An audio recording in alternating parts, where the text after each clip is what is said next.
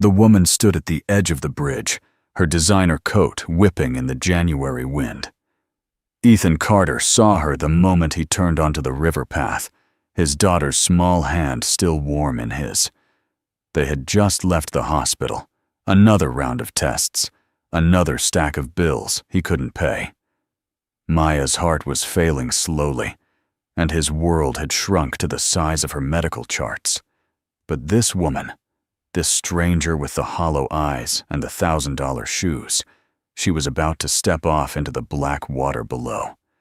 And Ethan's daughter was watching. He had 3 seconds to decide. Stay on the concrete with the child who needed him to survive, or dive into the freezing river after someone who wanted to die. He chose wrong. Or maybe he chose right. He never figured out which. Ethan Carter had been a construction worker for 11 years. Before that, he was a husband. Before that, he was a man who believed the world made sense. His wife Sarah died 3 years ago, a car accident on a rainy Tuesday, and since then, he had stopped believing in much of anything. What remained was Maya, 7 years old, born with a heart that never worked quite right, and the only reason Ethan got out of bed each morning. Their apartment sat on the 4th floor of a building that should have been condemned. The elevator hadn't worked in 2 years. The radiator coughed more than it heated, but it was close to St. Michael's Hospital, and that was all that mattered. Maya needed to be close to her doctors, close to the machines that monitored her failing heart, close to the people who might one day save her life. Ethan worked double shifts when he could, took every overtime opportunity, skipped meals so Maya could have her medications. His world had become very small. The construction site, the hospital, the apartment. Nothing else existed. That evening, they left St. Michael's just after 6. The cardiologist had used words like stable and monitoring and cautiously optimistic, but Ethan heard only the silence between those words. Maya needed surgery eventually. Surgery cost money. Money he didn't have and couldn't borrow and had no way of earning fast enough. The river path was a shortcut home, 15 minutes instead of 25. Maya liked it because she could count the bridges. Ethan liked it because it was quiet, away from the traffic and the noise and the weight of other people's lives pressing against his own.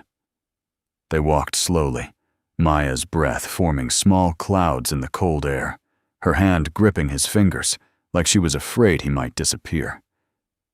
That was when he saw her. The woman stood at the edge of the walkway, just past the 3rd bridge. She wore a coat that looked like it cost more than Ethan's monthly rent, maybe 2 months' rent. Her hair was dark, tangled by the wind. She stood perfectly still, staring down at the black water below. Ethan knew that posture. He had seen it once before, years ago, when his cousin stood on the roof of their grandmother's house after losing his job and his marriage in the same month. That cousin was dead now. Ethan had been too young, too far away, too slow to understand what he was seeing. He was not too slow anymore. "Maya, stay here." His voice came out sharper than he intended. "Don't move." He walked toward the woman, his boots heavy on the concrete. The closer he got, the more certain he became. Her hands hung limp at her sides. Her shoulders were slumped. She wasn't looking at the water like someone admiring the view. She was looking at it like someone saying goodbye. "Ma'am." Ethan stopped about 10 feet behind her. "Are you okay?" The woman didn't turn around. Her voice came out flat, drained of everything. "Go away. It's cold out here. Whatever's happening, this isn't the answer. I said go away." The words fell like stones into still water. Ethan took another step forward. "My name is Ethan. Ethan Carter. I'm not going to touch you. I just want to talk." The woman finally turned her head. He saw her face in profile. Sharp features, expensive makeup smeared by tears, eyes that looked like they hadn't slept in days. She was beautiful in the way that magazine covers were beautiful, polished, perfect, and utterly lifeless. "You don't know me," she said. "You don't know anything about my life. So please just take your daughter and go home." Ethan held his ground. "I know that water's about 40 degrees. I know the current's strong enough to pull you under in seconds. I know that once you go down, you don't come back up. Maybe that's the point. Maybe. But my daughter's standing over there watching us, and I don't want her to see someone die tonight. She's seen enough death already." Something shifted in the woman's expression. She looked past Ethan, toward Maya, who stood 20 feet away with her arms wrapped around herself, shivering in the cold. "She's sick," the woman said quietly. "I can tell. The way she stands, the way she breathes. Something's wrong with her. Her heart. She was born with it. And you still have time to worry about strangers. That's what people do." The woman laughed, a short, bitter sound that had no humor in it. "No, that's what fools do. Smart people protect what's theirs and let the rest of the world burn." She turned back to the water. "My name is Lena Whitmore. You can look me up tomorrow if you want. CEO of Whitmore Technologies. 15 years of my life, building something from nothing. And now I stand at the top, and I realize there's no one there. No one who knows me. No one who would care if I disappeared. I'd care. You don't even know me. I know you're standing on the edge of a bridge in January, talking to a stranger instead of jumping. That tells me part of you doesn't want to do this." Lena shook her head slowly. "You're wrong. I've already decided. I decided weeks ago. I just couldn't find the right moment until now." She took a step closer to the edge. Ethan's heart hammered against his ribs. "Please," he said, "just come with me. We'll get coffee. We'll talk. Tomorrow, everything might look different. Nothing looks different anymore. That's the whole problem." Ethan reached out his hand. "Let me help you remember what the ground feels like." Lena stared at his hand for a long moment. The wind howled between the buildings. Somewhere in the distance, a siren wailed. Then she turned away from him and stepped off the edge. Ethan didn't think. His body moved before his mind caught up, and he was over the railing before he realized what he was doing. He heard Maya scream behind him, a sound that would echo in his nightmares for years, and then the water swallowed him whole. The cold hit him like 1,000 knives at once. It crushed his lungs, seized his muscles, scrambled his thoughts into white noise. The current spun him in circles, dragging him deeper, and for a moment he couldn't tell which way was up. He forced his eyes open against the burning cold and saw a flash of Lena's coat below him. She was sinking, arms spread wide, not fighting, not swimming, just falling. He kicked toward her. Every stroke felt like dragging his body through wet concrete. His fingers were already going numb. He grabbed her arm and pulled, hauling her dead weight toward the surface, toward the light, toward the air he desperately needed. They broke through together, gasping, choking, the current still trying to drag them under. Ethan's feet found a rock, then another. The riverbed was shallow here, a random mercy, and he dragged Lena toward the bank with the last of his strength. He hauled her onto the concrete and collapsed beside her, coughing water and blood and fear. Maya was there in seconds, her small arms wrapped around his neck, her tears hot against his frozen skin. "Daddy! Daddy, are you okay?" He wanted to answer. He wanted to tell her everything was fine, but his body had stopped listening to his commands, and all he could do was lie there, shaking, watching the paramedics arrive in a blur of red and blue lights. He had saved a stranger's life. He had left his daughter alone on the riverbank. He had broken every rule he'd set for himself since Sarah died, and he had no idea what would happen next. The hospital was different this time. Not St. Michael's with its cracked ceiling tiles and overworked nurses. This was Mercy General, the private hospital on the hill where rich people went to heal in rooms that looked like hotel suites. Ethan woke up in a bed softer than anything he'd ever slept on, wrapped in heated blankets, an IV dripping something warm into his veins. Maya sat in a chair beside him, her legs dangling above the floor. Someone had given her hot chocolate and a coloring book. She looked up when he stirred, and her face broke into a smile that made his chest ache. "Daddy, you're awake!" He tried to sit up, but his muscles screamed in protest. "How long was I out?" "The doctor said 8 hours. They said you almost died." Her voice trembled on the last word. "They said the water was really, really cold." Ethan reached out and took her hand. It was warm, alive, real. "I'm okay, baby. I'm right here." A nurse appeared in the doorway, followed by a doctor in a white coat that probably cost more than Ethan's entire wardrobe. The doctor introduced himself as Dr. Harrison, head of emergency medicine, and explained that Ethan had suffered moderate hypothermia but would make a full recovery. He also mentioned, almost casually, that all medical expenses had been covered. "Covered by who?" Ethan asked. Harrison smiled the way rich people smile when they're about to deliver good news they think you should be grateful for. "Ms. Whitmore. She's in the East Wing, recovering. She's asked to see you when you're feeling up to it." Ethan didn't feel up to it. He felt like a man who had jumped into a frozen river to save a stranger and was now lying in a bed he couldn't afford, in a hospital he didn't belong in, while his daughter sat beside him coloring pictures of butterflies.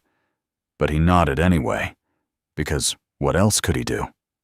They brought him to Lena's room an hour later. It was 3 times the size of his apartment, with floor-to-ceiling windows overlooking the city. Lena sat propped up against pillows, wearing a hospital gown that somehow looked elegant on her. Her face was pale, her eyes red-rimmed, but she was alive. That counted for something. "Carter!" Her voice was hoarse, damaged by river water and screaming. "Please, sit down." Ethan sat in the chair beside her bed, keeping Maya close. The girl stared at Lena with the unfiltered curiosity of children, studying her like a puzzle that didn't quite fit together. "You're the lady from the bridge," Maya said. "The one Daddy saved." Lena's eyes flickered to the girl, then back to Ethan. "Yes, I am." "Why did you jump?" The question hung in the air like smoke. Ethan started to apologize, to explain that kids say things without thinking, but Lena held up her hand. "It's a fair question," she said quietly. "I wish I had a good answer." She turned to Ethan, and for the first time he saw something real beneath the polished surface, something raw and broken and desperately human. "I don't know how to thank you. Money seems insulting. Words seem insufficient. You risked your life for someone you'd never met, someone who didn't want to be saved. You would have done the same." "No," Lena shook her head. "I wouldn't have. That's the difference between us, Mr. Carter. You still believe people are worth saving. I stopped believing that a long time ago." Over the following days, Ethan learned what it meant to be pulled into someone else's world. Lena insisted on paying for everything. Maya's follow-up appointments, Ethan's lost wages, even their groceries. A sleek black car appeared outside their crumbling apartment building, ready to take them wherever they needed to go. Lena's assistant, a nervous young man named Derek, called 3 times a day to check if they needed anything. Ethan hated it. He hated the way the driver looked at their building, the way Derek's voice dripped with pity disguised as politeness, the way Maya's eyes lit up every time she climbed into that expensive car. He had spent 3 years building walls around their little life, keeping the world out, protecting what was his. Now those walls were crumbling, and he didn't know how to stop it. But Maya was thriving. Her color improved. Her energy returned. The doctors at Mercy General, doctors Ethan could never have afforded, ran tests and adjusted medications and talked about surgical options that sounded like miracles. For the first time in years, someone used the word hopeful when discussing his daughter's future. He couldn't take that away from her, not even to protect his pride. Lena was released from the hospital after 5 days, but she didn't disappear back into her tower. She kept reaching out, kept finding excuses to be part of their lives. She took Maya to a children's museum while Ethan was at work. She sent books about butterflies and horses and brave little girls who went on adventures. She showed up at their apartment one evening with takeout containers full of food. Maya had never tasted sushi and Thai curry and chocolate mousse in tiny glass cups. "You don't have to do this," Ethan said, standing in the doorway while Maya devoured a California roll at the kitchen table. "You don't owe us anything." Lena's eyes met his. "I owe you everything. You gave me back my life. The least I can do is help you take care of hers. This isn't about debt." "Then what is it about?" He didn't have an answer. The truth was too complicated, too tangled up with class and pride and the fear that he was losing control of his own story. Lena Whitmore was a force of nature, wealthy, powerful, used to getting what she wanted. And what she seemed to want was to be part of Maya's life. Maybe part of his life, too. That thought terrified him more than the frozen river ever had. The tension grew with each passing day. Ethan and Lena circled each other like wary animals, drawn together by something neither of them could name, but too afraid to get close. They were from different worlds. He understood that. She wore clothes that cost more than his annual salary. She made decisions that affected thousands of employees. She lived in a penthouse with views of the entire city, while he climbed 4 flights of stairs to an apartment with a broken radiator. But when she looked at Maya, something in her face softened, and when she looked at him, he saw the same loneliness he felt every night after Maya fell asleep. The ache of being the only adult in a world that didn't care if you survived. He was starting to care about her, and that was the most dangerous thing of all. 3 weeks after the river, Lena invited them to her penthouse for dinner. Ethan almost said no. The gap between their worlds felt too wide, too obvious, too painful to cross. But Maya begged, and he could never say no to Maya. The penthouse was everything he expected, and nothing he was prepared for. Glass walls, marble floors, art that probably cost more than his entire life's earnings. Maya ran from room to room, touching everything, asking questions Lena answered with surprising patience. Ethan stood by the window, staring at the city lights below, feeling like an intruder in a world where he didn't belong. Lena came to stand beside him. She had traded her hospital gowns for a simple black dress, and she looked almost human without the armor of her corporate persona, almost vulnerable. "You hate it here," she said. It wasn't a question. Ethan shook his head. "I don't hate it. I just don't understand it." "What's to understand? It's just stuff. Expensive stuff that doesn't mean anything." "Then why do you have it?" Lena was quiet for a long moment, watching Maya explore the living room.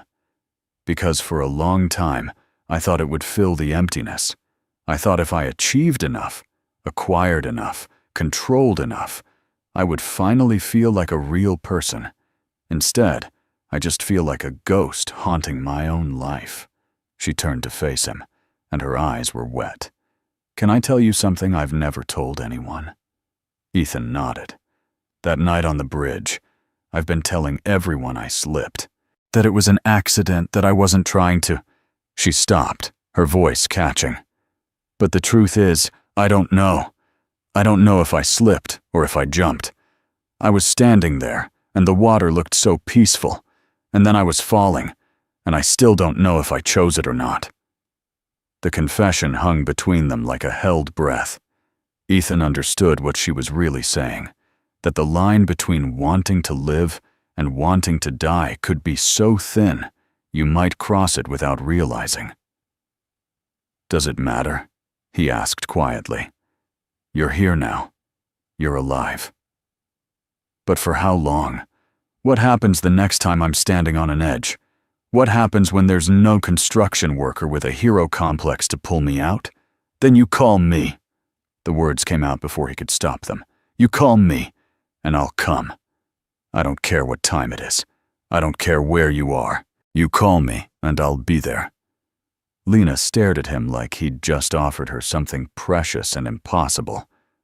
"Why? Why would you do that for someone like me? Because you're not what you think you are." Ethan turned to face her fully. "You think you're empty. You think you're a ghost. But I've watched you with Maya. I've seen the way you light up when she laughs. I've seen you remember what joy feels like. That's not emptiness. That's just someone who forgot how to live.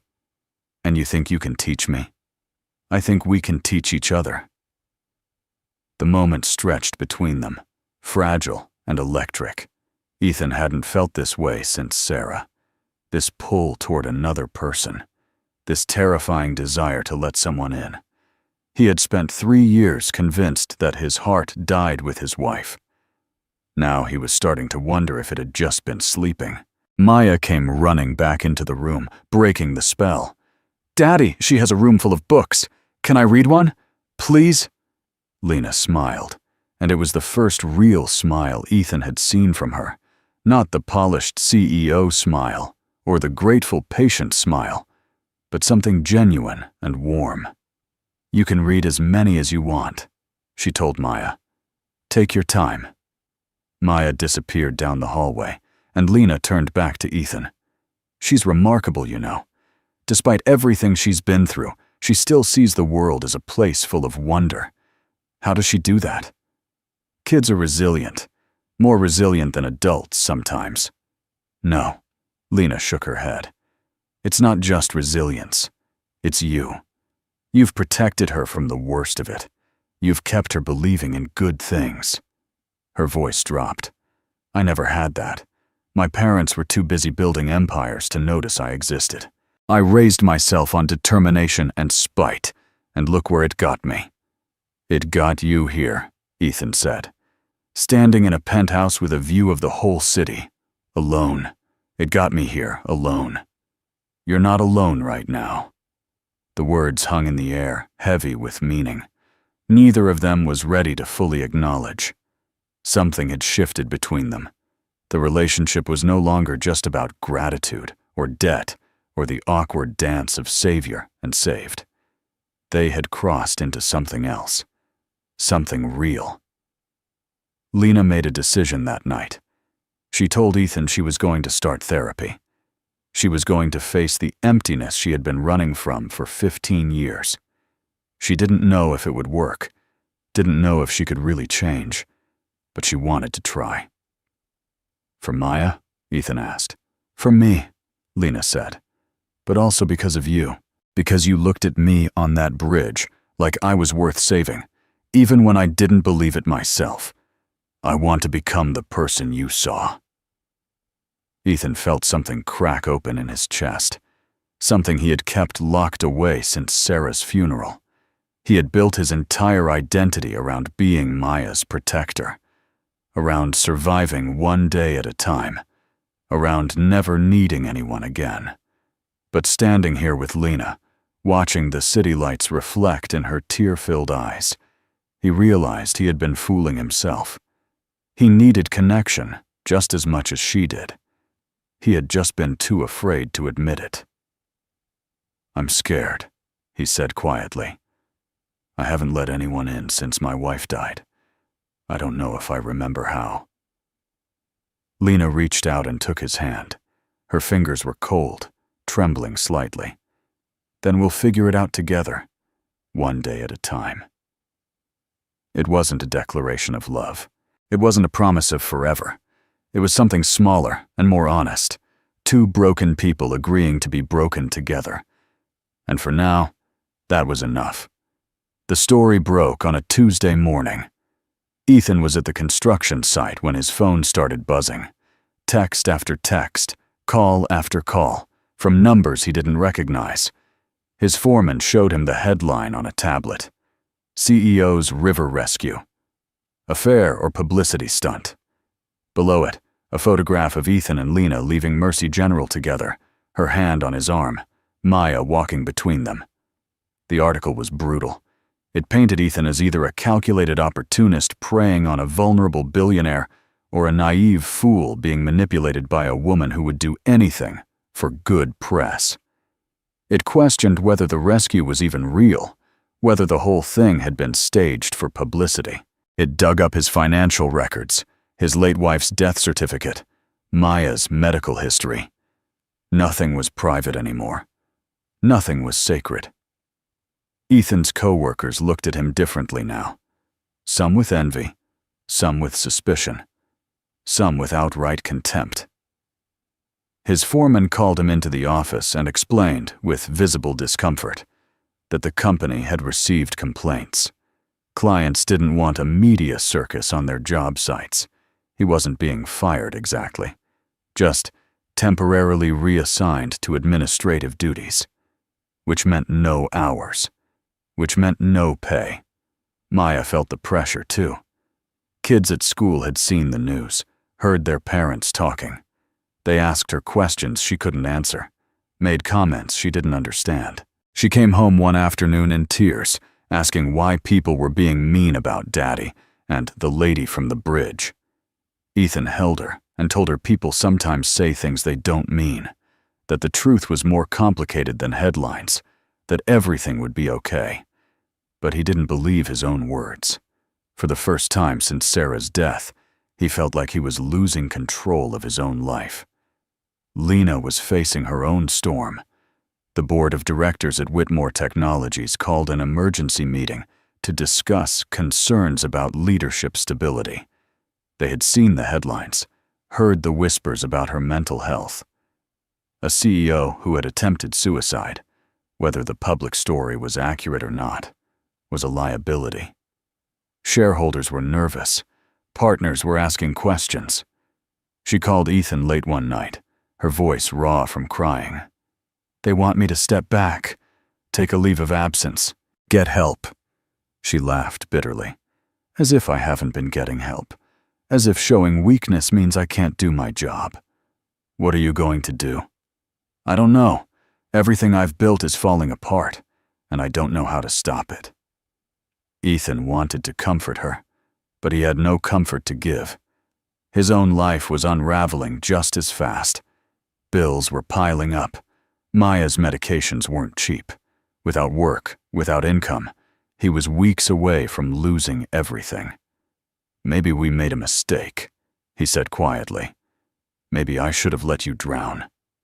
The words came out harsher than he intended, and he regretted them immediately. But Lena didn't flinch. "Do you mean that?" "No." He closed his eyes. "I don't know. I don't know anything anymore. I'm sorry." Her voice cracked. "I'm sorry I dragged you into this. I'm sorry I couldn't just die quietly like I planned." "Don't say that." "Why not?" "It's true. If I had died that night, you'd still have your job. Maya would still be anonymous. Your life would still be yours. And you'd be dead. That's not a trade I'm willing to make." Silence stretched between them, filled with all the things they couldn't say. Ethan realized, with sudden clarity, that they had reached a crossroads. They could walk away from each other, try to salvage what remained of their separate lives, or they could keep going, keep fighting, and risk losing everything. He thought about Maya, her laugh, her curiosity, her stubborn determination to see the good in everything. He thought about what he wanted to teach her about the world, whether courage meant protecting yourself at all costs, or standing by the people you cared about, even when it hurt. "I'm not walking away," he said finally. "Whatever happens, I'm not walking away from you. Even if it destroys you, some things are worth being destroyed for." The board meeting happened 3 days later. Lena went in expecting a firing squad and found something worse. Sympathy laced with condescension. They didn't want to remove her. They wanted to support her recovery, which meant stepping back from day-to-day operations, which meant handing control to people who had been circling her position for years. She could have fought. She could have called lawyers, threatened lawsuits, played the corporate warfare game she had mastered over 15 years. Instead, she did something that surprised everyone, including herself. She told them the truth. She stood at the head of the conference table and admitted that yes, she had struggled with depression. Yes, she had stood on a bridge and considered ending her life. Yes, she was getting help now, working with a therapist, taking medication, trying to become someone she could live with. And no, she would not apologize for being human. The room went silent. Nobody knew how to respond. In a world of polished press releases and carefully managed narratives, raw honesty was the most disruptive force imaginable. When she finished speaking, one of the board members, an older woman named Margaret, who had been on the board since the company's founding, stood up and started clapping. Slowly, others joined her. Not everyone, but enough. Lena kept her job. Barely. With conditions and oversight and a 6-month performance review that felt like a slow-motion execution. But she kept it. That night, she showed up at Ethan's apartment with a bottle of wine and dark circles under her eyes. Maya was already asleep. They sat on his second-hand couch, surrounded by boxes of unpaid bills and the faint smell of a radiator that still didn't work properly. "I did something terrifying today," she said. "I know. I saw the news. They're calling me brave, but I don't feel brave. I feel like I just jumped off another bridge, and I don't know if anyone's going to catch me this time." Ethan took her hand. "I caught you once. I can do it again."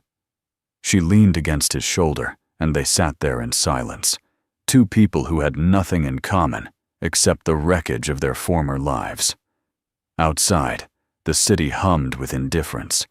Inside, something new was taking shape. Fragile, uncertain, but real.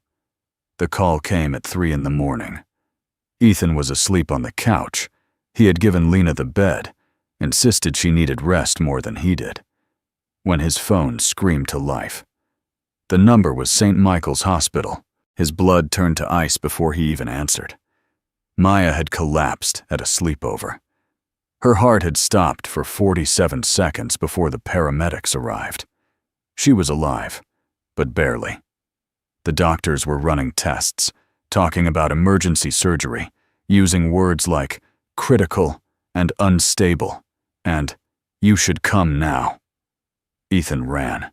He didn't remember getting dressed, didn't remember the cab ride, didn't remember anything except the sound of his own heartbeat and the prayer repeating in his head. "Please, please, please."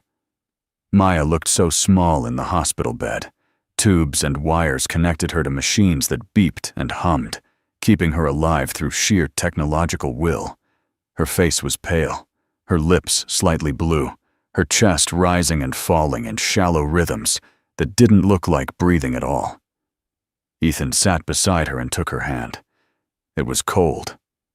Too cold. He remembered the river, remembered the way Lena's skin had felt when he pulled her from the water. He had saved a stranger that night. Now he couldn't save his own daughter. The doctor explained the situation in calm, clinical terms. Maya's heart was failing faster than they had anticipated. She needed surgery within the next 48 hours. The procedure was risky. 30% chance of complications, 10% chance she wouldn't survive at all. But without it, she had no chance. "The surgery costs $180,000, the doctor said. "Your insurance covers about 40%. The rest was impossible." Ethan had lost his job. His savings were gone. He had nothing left to give, nothing left to sell, Nothing left to sacrifice, except his pride. Lena arrived an hour later, still wearing the clothes she had slept in. She took one look at Maya, at the machines, at Ethan's devastated face, and pulled out her phone. "I'm paying for it," she said. "All of it. Don't argue with me. I can't let you do that. You can't stop me." Her voice was steel wrapped in silk. "That little girl is the only good thing I've found in years.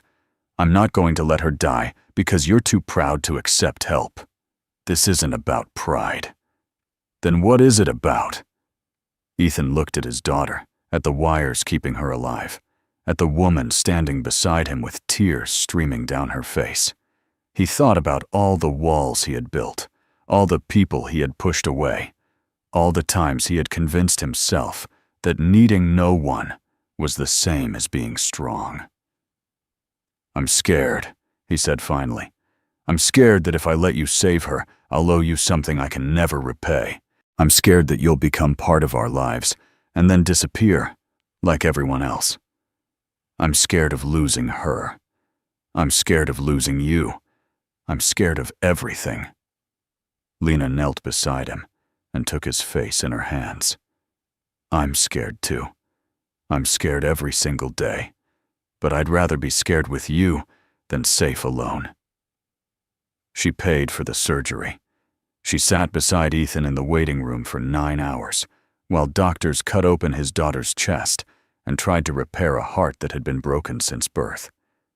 She held his hand when he cried, brought him coffee he didn't drink, talked to him about nothing and everything, just to fill the silence. When the surgeon finally emerged, his face was unreadable. Ethan stood up so fast he knocked over his chair. "She made it," the surgeon said. "The next 24 hours are critical, but she made it."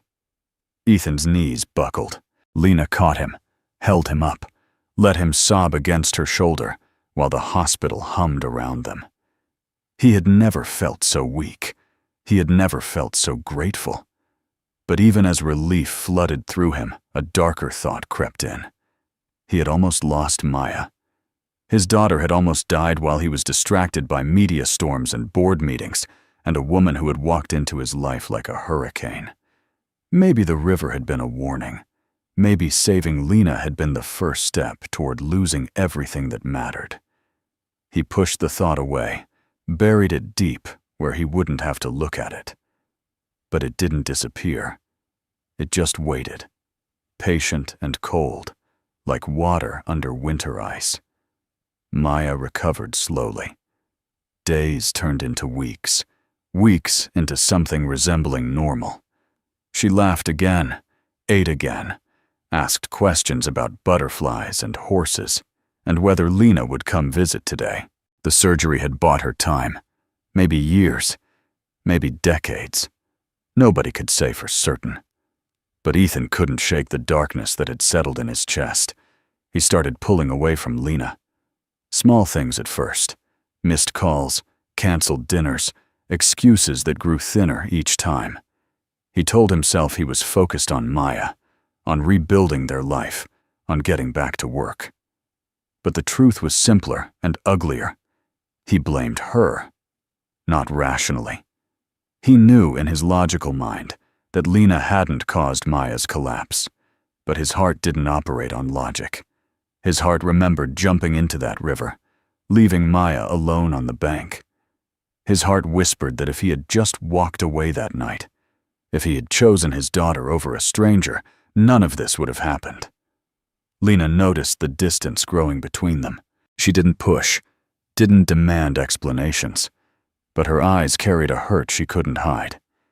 She had finally opened herself up to another person, finally allowed herself to hope, and now she was watching that hope slip away.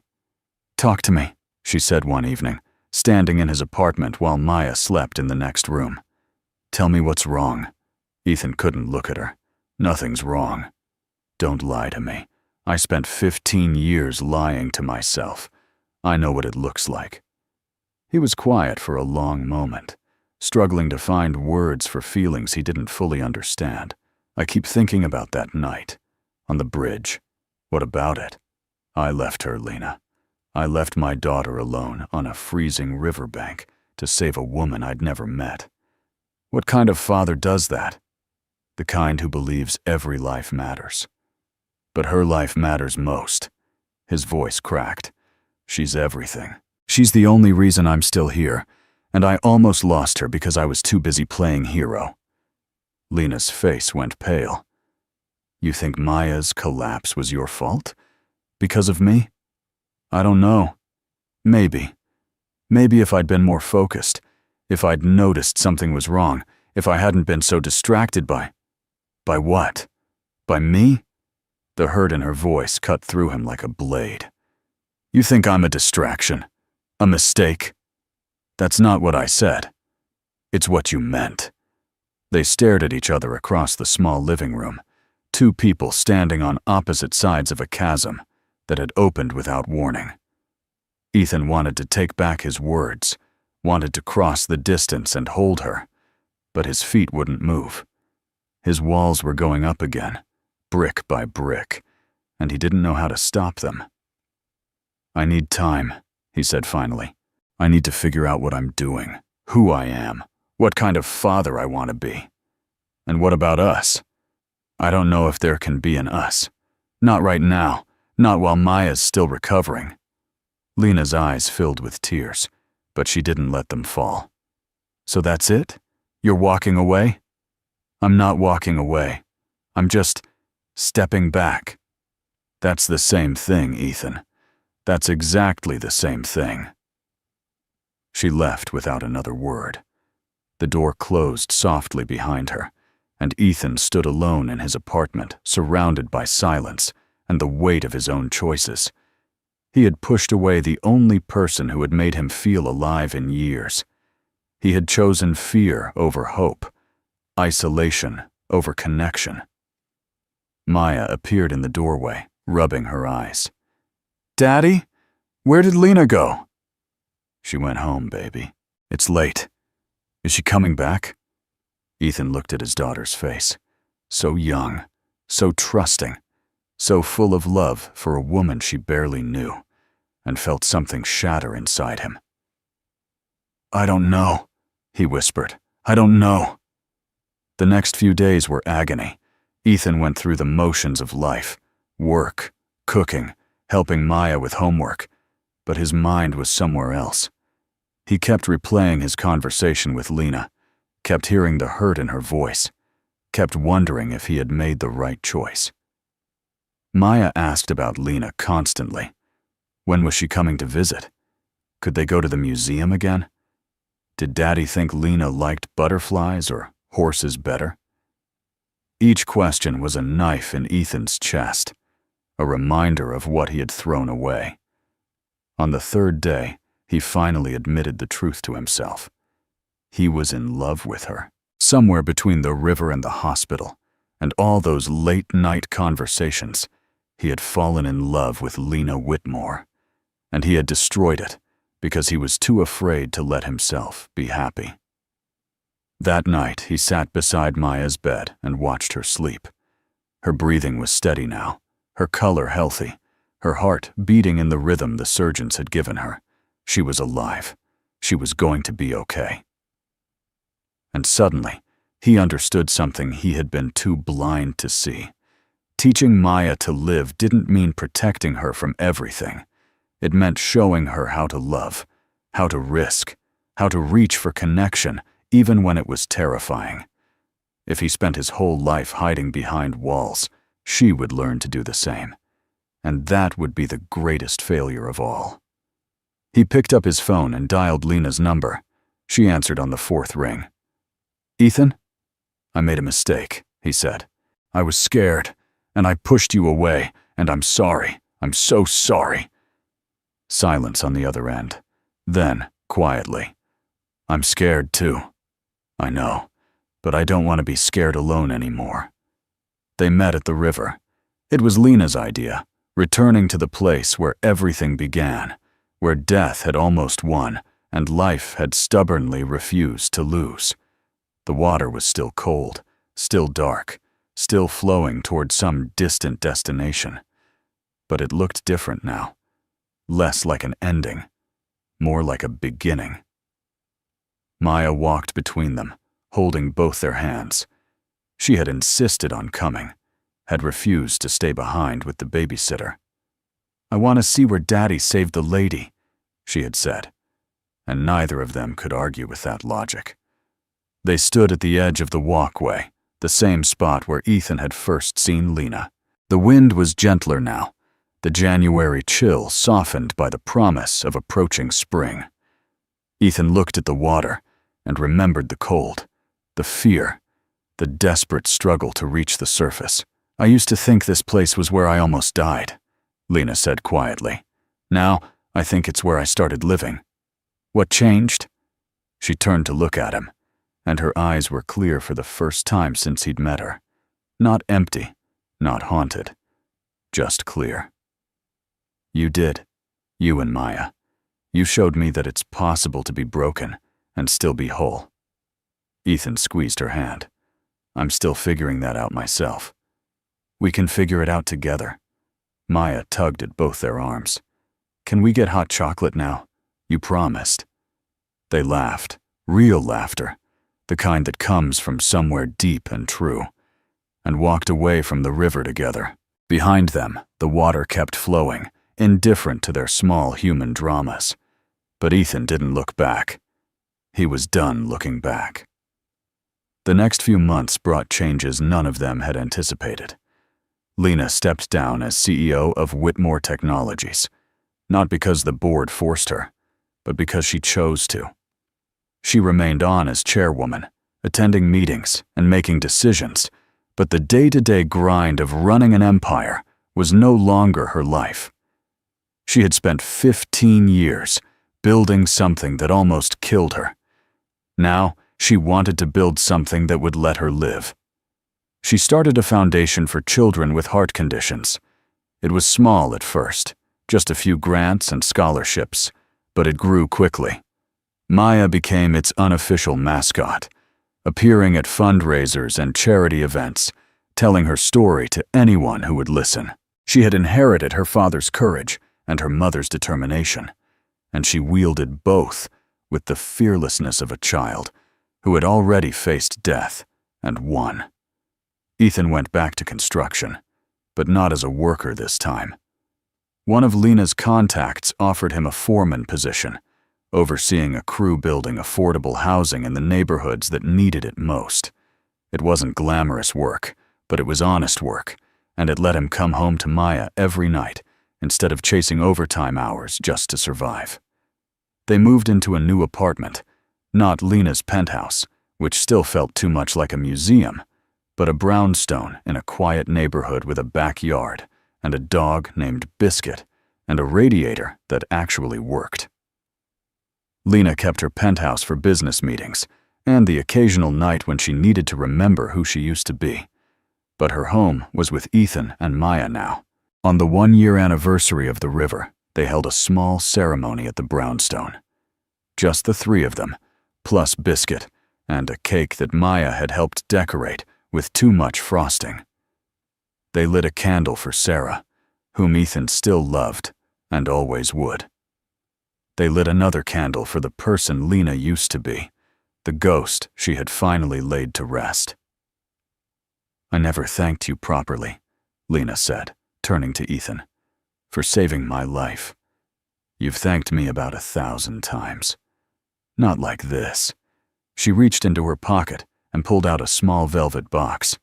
"This isn't a proposal. Not yet. It's a promise." She opened the box. Inside was a simple silver ring, unadorned except for a tiny engraving on the inside, the date of the river rescue. "I promise to keep living," she said. "I promise to keep trying, even when it's hard. I promise to be here for you and Maya, no matter what happens." She slipped the ring onto her own finger. "And when we're ready, when we're really ready, I promise to ask you the question properly." Ethan looked at the ring, at Lena's face, at Maya watching with wide, curious eyes. He thought about all the ways his life had changed in 1 year. The fear and the joy and the unbearable vulnerability of loving someone again. "I promise too," he said. "I promise to stop building walls. I promise to let you in, even when I'm scared. I promise to be the man you saw on that bridge, the one who believed you were worth saving." Maya bounced impatiently. "Are you guys going to kiss now? Because that's what happens in movies when people make promises." They laughed again, and Ethan pulled Lena close, and they kissed while Maya made exaggerated gagging noises, and Biscuit barked at nothing in particular. It wasn't a fairy tale ending. There would be hard days ahead. Maya's health would always be fragile. Lena's depression would always be a shadow at the edge of her mind. And Ethan would always carry the grief of losing Sarah. They were three broken people, trying to build something whole from the pieces they had left. But they were building it together, and that made all the difference. Outside, the river kept flowing. It would flow long after they were gone, carrying its cold black water toward some distant sea. But it was no longer a symbol of death for any of them. It was the place where a single act of courage had changed 3 lives forever. The place where Ethan Carter jumped into the darkness and found something worth living for.